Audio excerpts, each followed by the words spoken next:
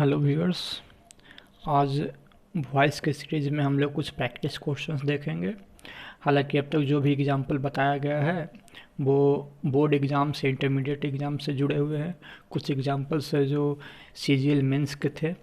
और आज हम लोग देखेंगे कुछ कम्पिटिटिव एग्जामिनेशंस में आए हुए प्रश्न, जिसमें bank PO, bank clerk, NDA और एसएससी के प्रश्न हैं। इसमें मुख्य रूप से हम लोग रिप्लेसिंग ऑफ वर्ड या फ्रेज का क्वेश्चन देखेंगे। जैसा कि आप देख सकते हैं, क्वेश्चन नंबर 1 जो है, Sumit would have been looked smart in traditional clothes. Sumit traditional कपड़ों में स्मार्ट दिखेगा, तो ये दिख रहा होगा। इसमें वुड हैव बीन लुक्ड, इसके जगह पे 4 ऑप्शन है, इसको रिप्लेस करना है, हटाना है।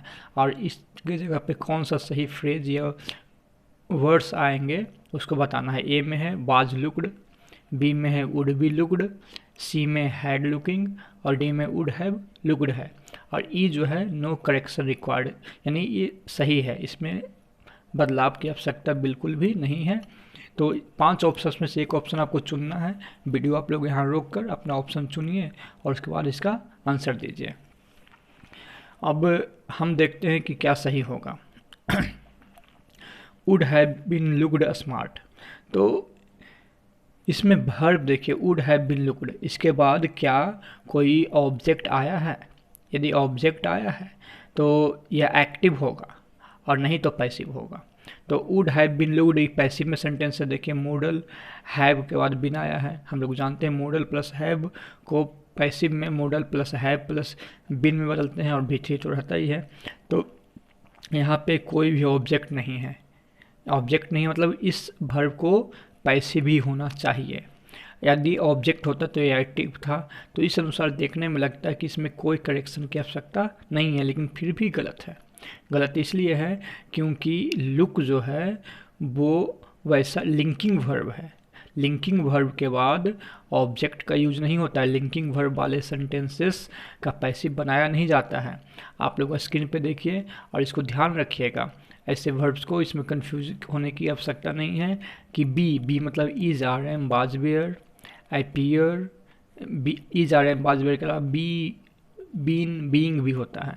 Appear, become, feel, grow, look, prove, remain, resemble, seem, smell, sound, stand, stay, suffer, taste, turn, ये सब जो लिंकिंग वर्ब है।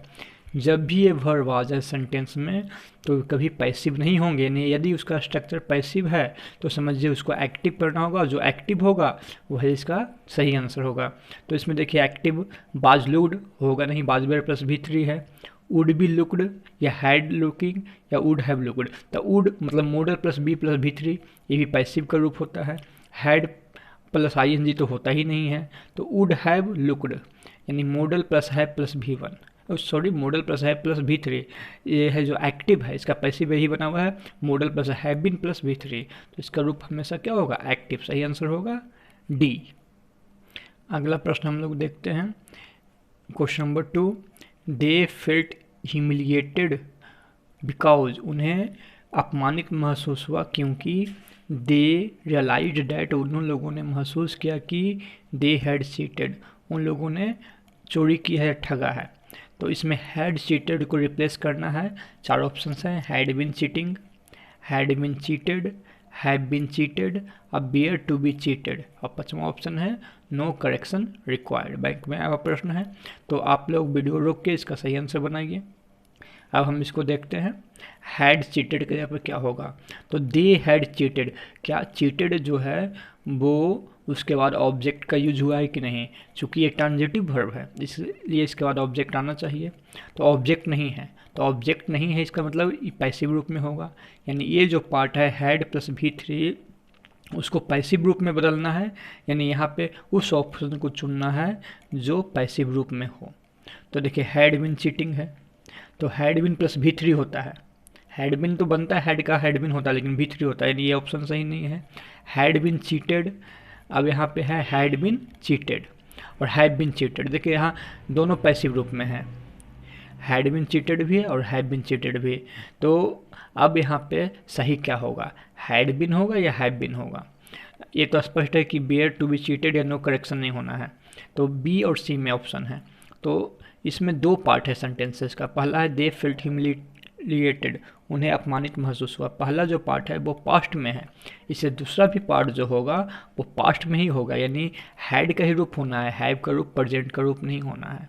तो यहाँ होगा हैड बीन चीटेड। अब हम लोग अगले प्रश्न में आते हैं। अगला प्रश्न है who does not know that this was broadcasted 10 days ago, कौन नहीं जानता है कि इसका प्रसारण 10 दिन पहले हुआ था। तो यहाँ इसको बदलना है, बाज ब्रॉडकास्टेड को। तो देखते हैं क्या इसके बाद कोई ऑब्जेक्ट है। तो बाज ब्रॉडकास्टेड के बाद कोई भी ऑब्जेक्ट नहीं है, यानी इस फ्रेज को पैसिव में ही रहना है, यानी दिस बाज ब्रॉडकास्टेड यहाँ पैसिव होना चाहिए। तो इस हिसाब से देखते हैं तो हैड ब्रॉडकास्ट नहीं होगा क्योंकि ये एक्टिव है। बाज ब्रॉडकास्ट ये तो पैसिव है, और बाज ब्रॉडकास्टिंग ये तो एक्टिव है, और नो एरर।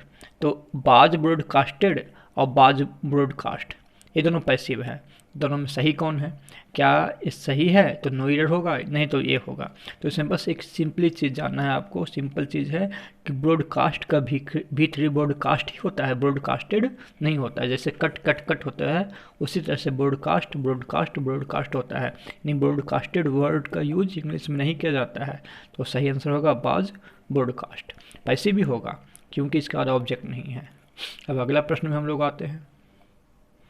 जैसा कि स्क्रीन पे चौथा प्रश्न है, one of the men gave first aid to Hitesh, एक व्यक्ति ने हितेश को प्राथमिक उपचार दिया। Who is injured in a road accident, जो रोड एक्सीडेंट में घायल हुआ था। तो हितेश के लिए हु इज इंजर्ड, जो इंजर्ड है।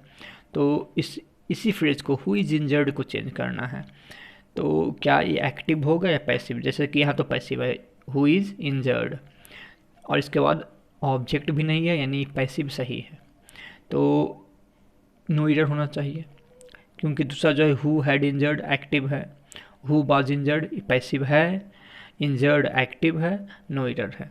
तो हु इज इंजर्ड खुद पैसिव है, दूसरा पैसिव है बी, हु वाज इंजर्ड दो है, ये तो एक्टिव है। तो या तो ये सही है तो आंसर नो एरर होना चाहिए, यानी यही पैसिव रहेगा, दूसरा पैसिव ये है। तो दोनों में से कौन पैसिव सटीक है? तो इसमें कुछ और बातों को ध्यान देना होगा। सबसे पहले तो वन ऑफ दी के बाद हमेशा प्लूरल नाउन आता है, ये सही है। मेन मैन नहीं होगा, मेन होगा हमेशा। और इसमें सीक्वेंस ऑफ टेंस की बात है। देखिए पहला जो क्लॉज है one of the men gave first aid to Hitesh, जो प्रिंसिपल क्लॉज है वो पास्ट टेंस में है। तो इसका जो सबऑर्डिनेट होगा हु इज इंजर्ड, ये भी सही नहीं है। जब प्रिंसिपल क्लॉज पास्ट में होता है तो इसका सबऑर्डिनेट भी पास्ट में होता है। हालांकि प्रिंसिपल क्लॉज प्रेजेंट में होने पर सबऑर्डिनेट प्रेजेंट या पास्ट दोनों हो सकता है, लेकिन जब यह पहला क्लॉज पास्ट में हो तो दूसरा भी पास्ट में होता है। पहला मीन्स प्रिंसिपल क्लॉज हो, पीछे आगे हो सकता है, अगर पीछे ही प्रिंसिपल रह सकता है तो दूसरा पास्ट में ही होगा। तो हु इज इंजर्ड जो है इसके पास्ट रूप का यूज करना है, जो सही है हु वाज इंजर्ड पास्ट रूप में ही होगा। इसमें सीक्वेंस ऑफ टेंस का है तो पैसिव ही, लेकिन सीक्वेंस अलग अलग है। अब हम लोग अंतिम प्रश्न 5वें को देखते हैं। Good natured people have been suffered because of their politicking companions, अच्छे स्वभाव के लोगों को सफ़र होना पड़ता है, पीड़ित होना पड़ता है, परेशान होना पड़ता है उनके षड्यंत्रकारी मित्रों के कारण से। तो इसमें हैव बीन सफ़र्ड जो है इसको देखना है कि यह जो फ्रेज है पैसिव होगा या यहाँ एक्टिव यूज करना है। तो good natured people have been suffered, इसके बाद ऑब्जेक्ट का यूज नहीं हुआ है। जब ऑब्जेक्ट का यूज नहीं हुआ है तो स्पष्ट रूप से लगता है कि पैसिव सही है। तो क्या सही होना चाहिए? 4 ऑप्शन और भी हैं, have suffering, are suffered, are being suffered या मे सफर। 4 ऑप्शन हैं। तो इसमें हैव बीन सफर्ड जो है उसके अनुसार तो पैसिव लग रहा है कि पैसिव होना चाहिए, इसमें ऑब्जेक्ट नहीं है। लेकिन पहले प्रश्न में ही मैंने बताया था कि सफ़र जो वर्ड है वो लिंकिंग वर्ब है। लिंकिंग वर्ब मीन्स इसका प्रयोग पैसिव में होता ही नहीं है। कुछ वर्ब्स का लिस्ट भी हमने दिया था पहले प्रश्न में ही, तो लिंकिंग वर्ब है, पैसिव हो गए नहीं। तो इसमें से वो ऑप्शन हमें चुनना है जो एक्टिव में है। तो हैव सफरिंग का यूज हैव प्लस V3 होता है, आईएनजी होता नहीं है। आर सफर्ड पैसिव रूप में है, आर बीइंग सफर्ड पैसिव रूप में है। मॉडल प्लस V1 यानी मे सफ़र, यही है जो एक्टिव है, तो इसका सही आंसर एक्टिव ही होगा। सफ़र जो है, बी, अपीयर, बिकम, ये सब जो वर्ब है वो लिंकिंग वर्ब है, उनका प्रयोग पैसिव में होता ही नहीं है। तो आज के वीडियो का उद्देश्य था कि वैसे स्टूडेंट्स जो कॉम्पिटिटिव एग्ज़ाम्स की तैयारियों में हैं वो कुछ प्रैक्टिस कर सकें, उन्हें कुछ नया कंसेप्ट मिल सके, और भी कुछ प्रॉब्लम हो तो वो कमेंट बॉक्स में लिखें, मेरे पास भेजें, मैं उनका जवाब दूंगा। और इसी तरह से हम जुड़े रहेंगे। अगले वीडियो में हम नरेशन शुरू करने जा रहे हैं, जो वॉइस की तरह ये सीरीज चलेगा और छोटे छोटे वीडियो में उससे बताया जाएगा। तब तक के लिए धन्यवाद।